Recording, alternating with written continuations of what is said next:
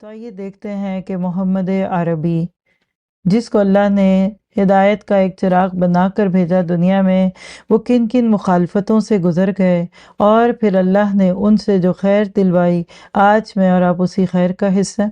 پچھلے سیشن میں ہم نے دیکھا تھا کہ اللہ کے نبی نے وَأَنذِرْ عَشِيرَتَكَ الْأَقْرَبِينَ کی آیت پہ عمل کرتے ہوئے اپنے خاندان والوں کو دعوت دی، لیکن آپ کے ہمسائے، آپ کے چچا ابو لہب کے دل میں حسد اور گرج کی وجہ سے آپ تو کچھ کہہ نہ سکے، لیکن وہ اپنی غلط بات پھیلا کے چلا گیا۔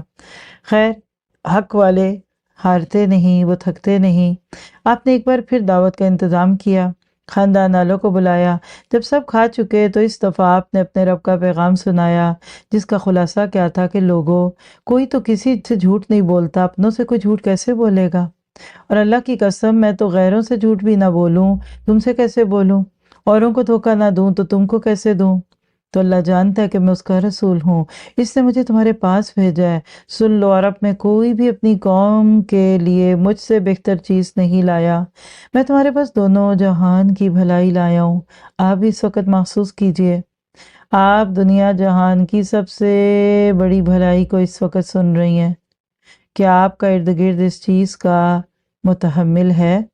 اللہ کے نبی کی یہ بات آج میرے آپ کے لیے بھی ہے۔ پھر آپ نے کہا کہ رب کا حکم ہے کہ میں تم کو اسی کی طرف بلاؤں، ہے کوئی جو اس کام میں میرا ساتھ دے اور میرے بات بھی سے باقی رکھے؟ پھر آپ خاموش ہو گئے، لوگوں کے چہروں کو تکنے لگے کہ کس کا دل ایمان کی طرف مائل ہوا۔ استاد بھی جب کلاس میں کوئی بات کہتا ہے نا تو اس کے بعد پھر لوگوں کے چہرے پڑتا ہے۔ کچھ وقت تو قرآن پڑھا جاتا ہے، کچھ وقت کتابیں پڑھی جاتی ہیں، اور زیادہ وقت چہروں کو پڑھا جاتا ہے۔ طالب علم، ان کے چہروں پہ بہت کچھ لکھا ہوتا ہے، اور تجربہ کار استاد ان چیزوں کو پڑھ لیتے ہیں کہ کس کے دل میں کیا ہو رہا ہے، کس کے صرف کہانی سن رہے ہیں اور کس کے کہانی نہیں سن رہے، اور کس کے دل کے اندر اتر کر آنسوؤں کے راستے یہ باتیں باہر آ رہی ہیں۔ اور پھر ایسے ہی لوگ اصل میں کسی محفل کی جان ہوتے ہیں۔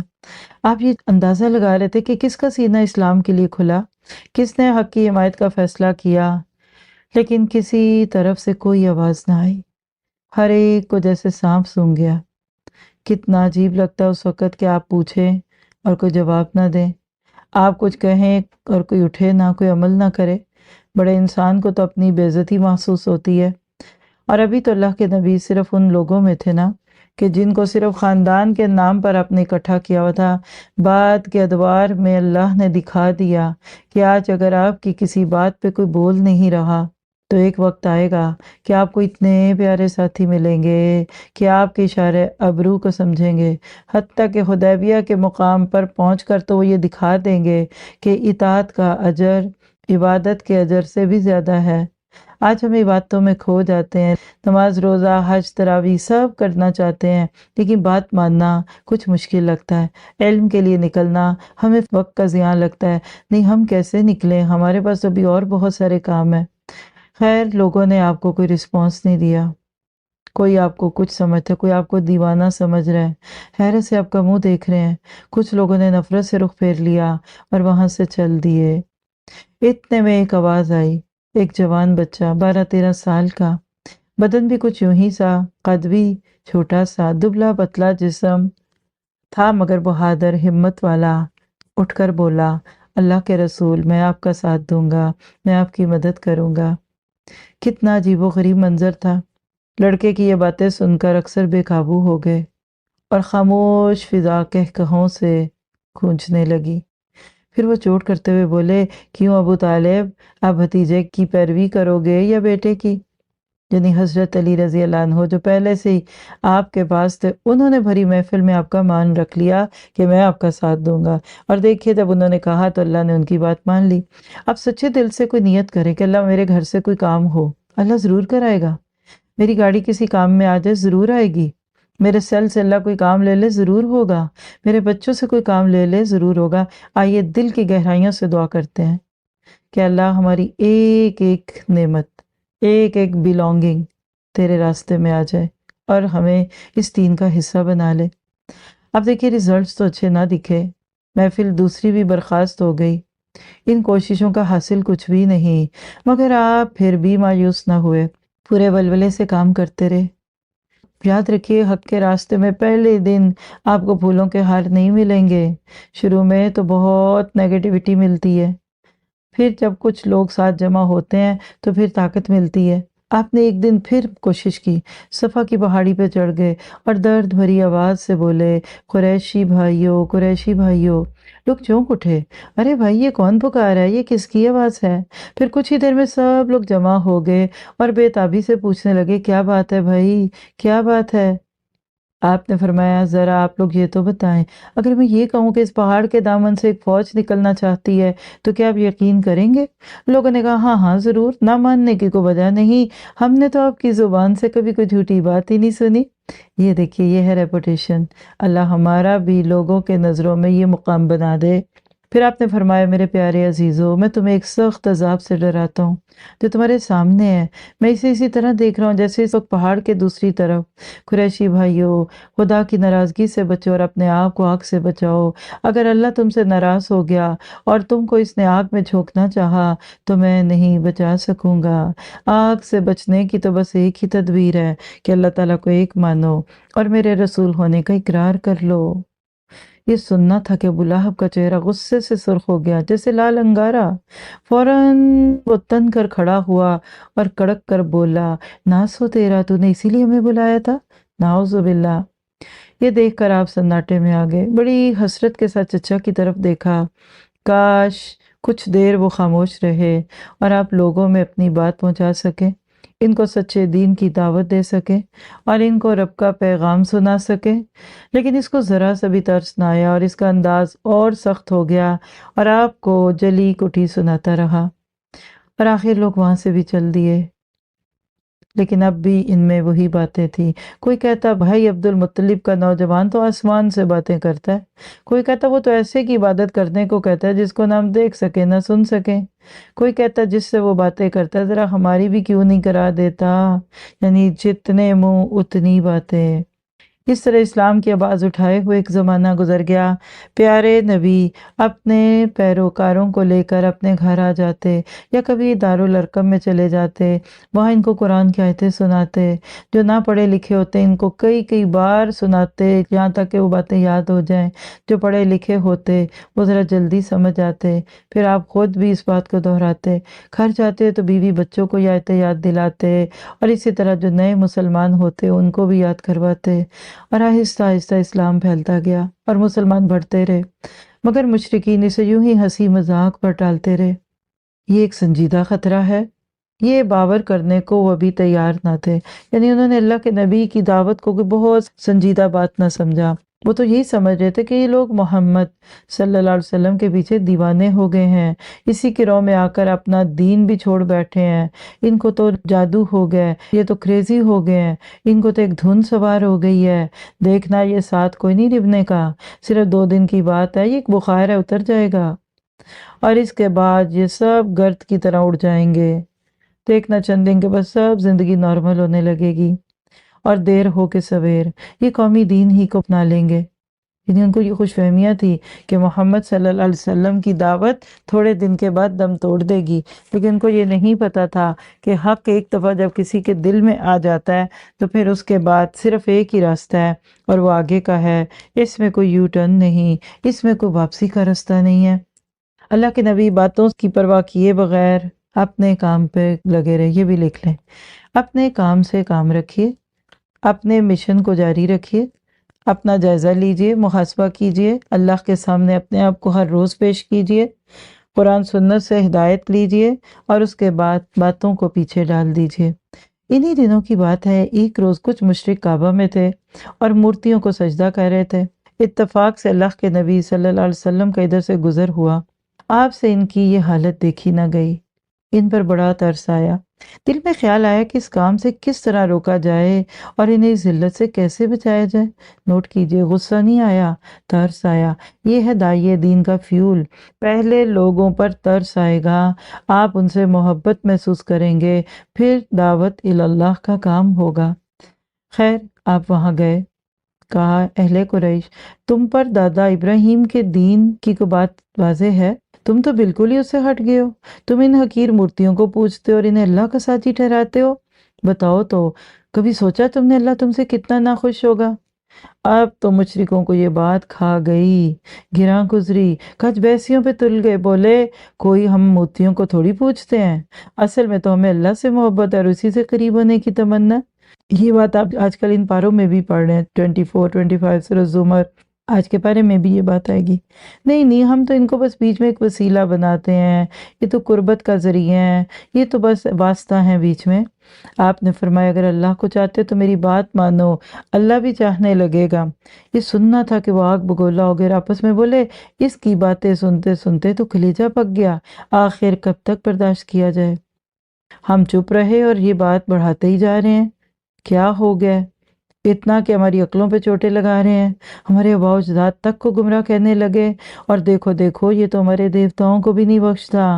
اچھا اب تو ہم بالکل گوارا نہیں کریں گے، ایک دم نہیں کریں گے۔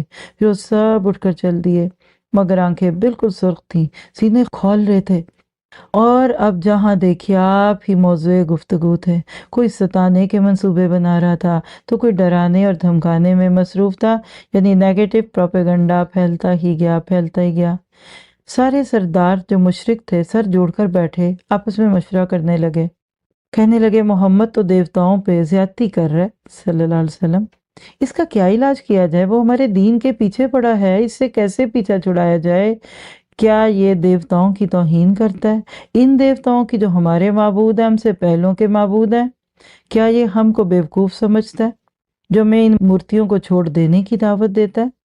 ان مورتیوں کو جن کے لیے عرب کے کونے کونے سے لوگ آتے ہیں، آ کر ان کو سجدہ کرتے ہیں، کعبے کی طرح ان کا طواف کرتے ہیں، کیا یہ چاہتا ہے کہ سارا عرب ہم پر حلہ بول دے؟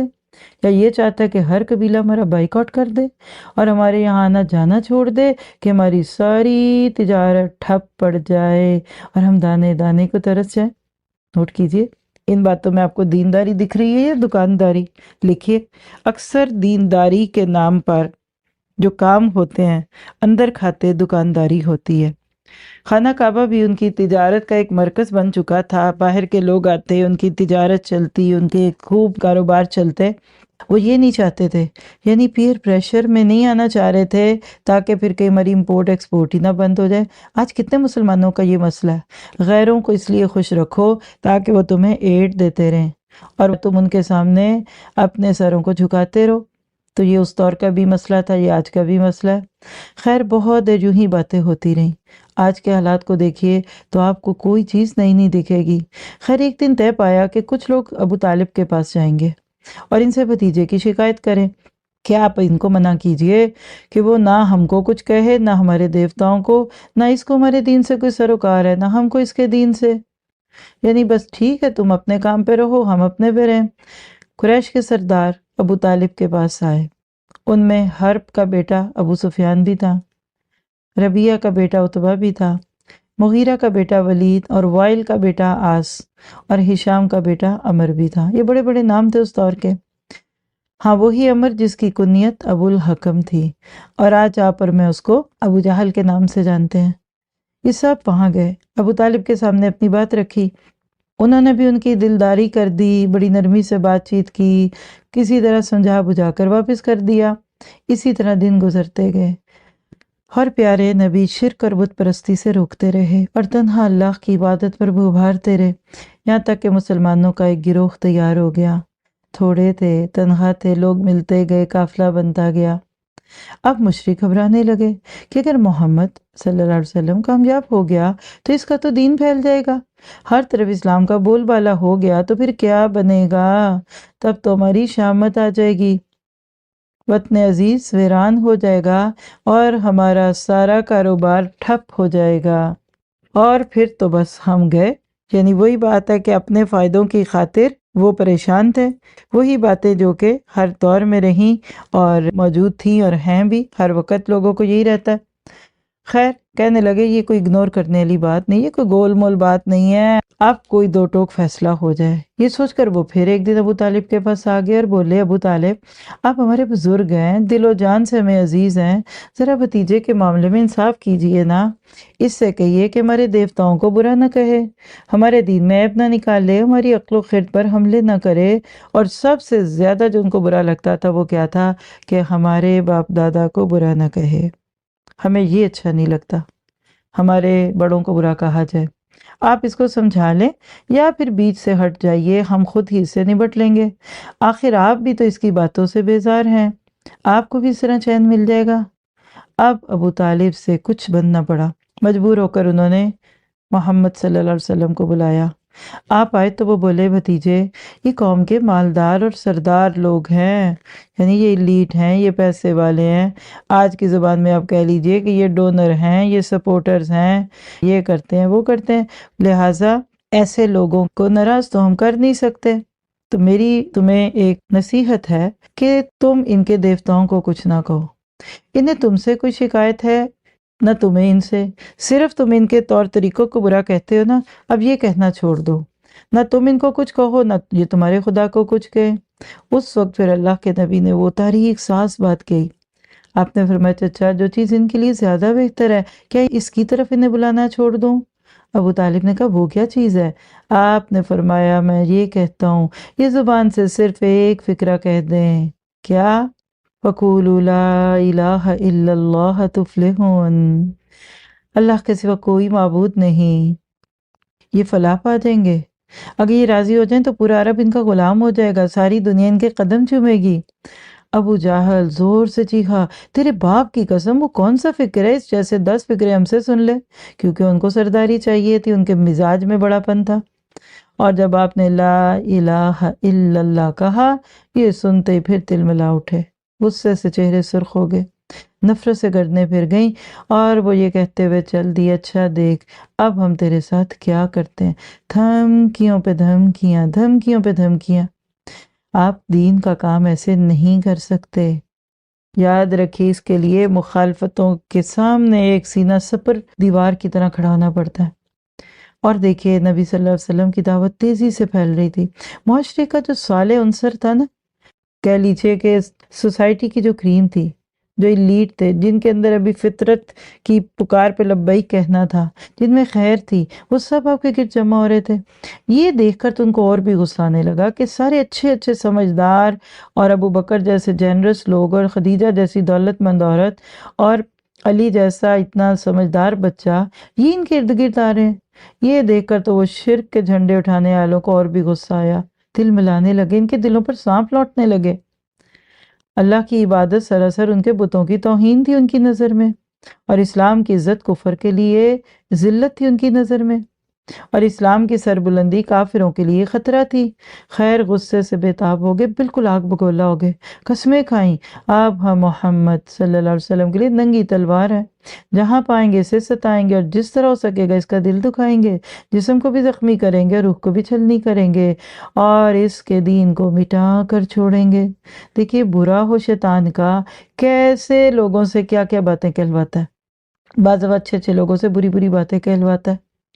اب اس بات کو انہوں نے کہہ کے چھوڑ نہیں دیا، پروپیگنڈے کے لیے پوری تیاری کر لی، اپنے اپنے شاعروں کو جمع کیا، اس کے خلاف بولو، بدمعاشوں کو آپ کے خلاف بھڑکایا کہ جہاں یہ اور اس کے ساتھی جائیں وہاں گالیاں دو، ان پہ تہمتیں لگاؤ، اشعار بولو ان کی حج میں، لوگوں میں آپ کے خلاف بدگمانیاں پھیلائیں، اور آپ کی عقل اور نیت پر حملے ہی کرتے رہ گئے۔ کوئی کہتا یہ جادوگر ہے، کوئی کہتا اس پر اثر ہے، کوئی کہتا اس کو شہرت کی ہوس ہے، یعنی جو کہہ سکتے تھے برا بھلا میرے پیارے نبی کو کہا۔ کبھی کسی نے آپ کو کہا ہو نا تو آپ محسوس کریں گے، ہم تو بڑے پیار سے کہتے ہیں اللہ کے نبی نے 23 سال دین کو پھیلایا، نہیں، 23 سال مخالفتیں سہیں، 23 سال آپ نے لوگوں کے تانے سنے، آپ کی باتیں سنی۔ مکی دور کے یہ اور کھیل ہیں، مدنی دور کے کچھ اور ہوں گے، لیکن یاد رکھیے روح پہ، عقل پہ، جسم پہ ہر حملہ جو کر سکتے تھے انہوں نے کیا۔ ایک دن کچھ مشرک سردار کعبہ میں جمع ہوئے اور آپ کو موضوع سخن بنا لیا پھر۔ ارے محمد کہتا ہے صلی اللہ علیہ وسلم کہ ہم لوگ مر جائیں گے تو پھر زندہ کیے جائیں گے اور اپنے کیے کا حساب دیں گے، اچھے کاموں کا اچھا بدلہ پائیں گے اور برے کا برا، اچھے کریں گے تو جنت میں جائیں گے، برے کام کریں گے تو جہنم میں جائیں گے۔ یعنی حیرت ہو رہی تھی ان کو آپ کے اس موضوع پہ۔ یہاں سے دیکھیے کہ اس وقت عقیدہ آخرت کتنا پلیوٹ ہو چکا تھا ان کا۔ پھر انہوں نے سوچا کہ ذرا محمد کو بلاتے ہیں صلی اللہ علیہ وسلم اور کچھ بحث اور مناظرے کرتے ہیں، اگر وہ اپنی باتوں میں سچا ہوگا تو دلیل دے دیں گا، اور اگر نعوذ باللہ جھوٹے ہوں گے تو پھر محض دعوے ہیں، پھر ہمیں حق ہے کہ اس کو جیسا چاہیں ستائیں، نہ پھر اس کے بعد کوئی ہمیں روکے گا نہ کچھ، ملامت والے ملامت کریں، باز پرس والے باز پرس کریں، لیکن ہم ذرا ایک دفعہ اس کو خوب چھان پٹک لیں۔ خیر انہوں نے آپ کے پاس کسی کو بھیجا، وہ آدمی آیا، آپ کو ان کی طرف سے کچھ امید دی، آپ نے سوچا شاید ان پر حق بے نقاب ہو گیا ہے اور شاید آپ وہ ایمان لے آئیں گے، یہ سوچ کر آپ بے تابی سے ان کی طرف بڑھے۔ یہ تھے پیارے نبی، ہمارے نبی، اخلاق محمدی، کبھی کسی کا راستہ نہیں بند کیا تھا، کیونکہ کمپلیکس کوئی نہیں تھا، کوئی چھپی ہوئی بات نہیں تھی، اور امید اچھی تھی، لوگوں سے بدگمان نہیں تھے، لیکن وہاں گئے تو وہاں تو کچھ اور ہی تھا، وہی دل خراش باتیں تھیں، وہی ضد اور نفرت کی ادائیں تھیں۔ کیا بات ہے ایک ہی بات اتنوں کو فائدہ دے اور کسی کو فائدہ نہ دے، کیونکہ پیچھے سے فریم ہوتا ہے نا، آپ دیکھیے کہ پانی ہے نا، جس سانچے میں ڈالیں گے ویسی کیوب بن جائے گی، ادھر سے ادھر اسی کو پھیلا دیں گے تو پتلی سی شیٹ اس کی جم جائے گی۔ تو یہ جو فریم آف مائنڈ ہے نا، یہ بہت خطرناک ہوتا ہے۔ انشاءاللہ اس سے اگلی نشست میں دیکھیں گے، تھوڑا سا آپ بھی تجسس رکھیے کہ اللہ کے نبی تو اتنی پیاری امیدیں لے کر گئے، لیکن ان لوگوں نے وہاں کیا کیا۔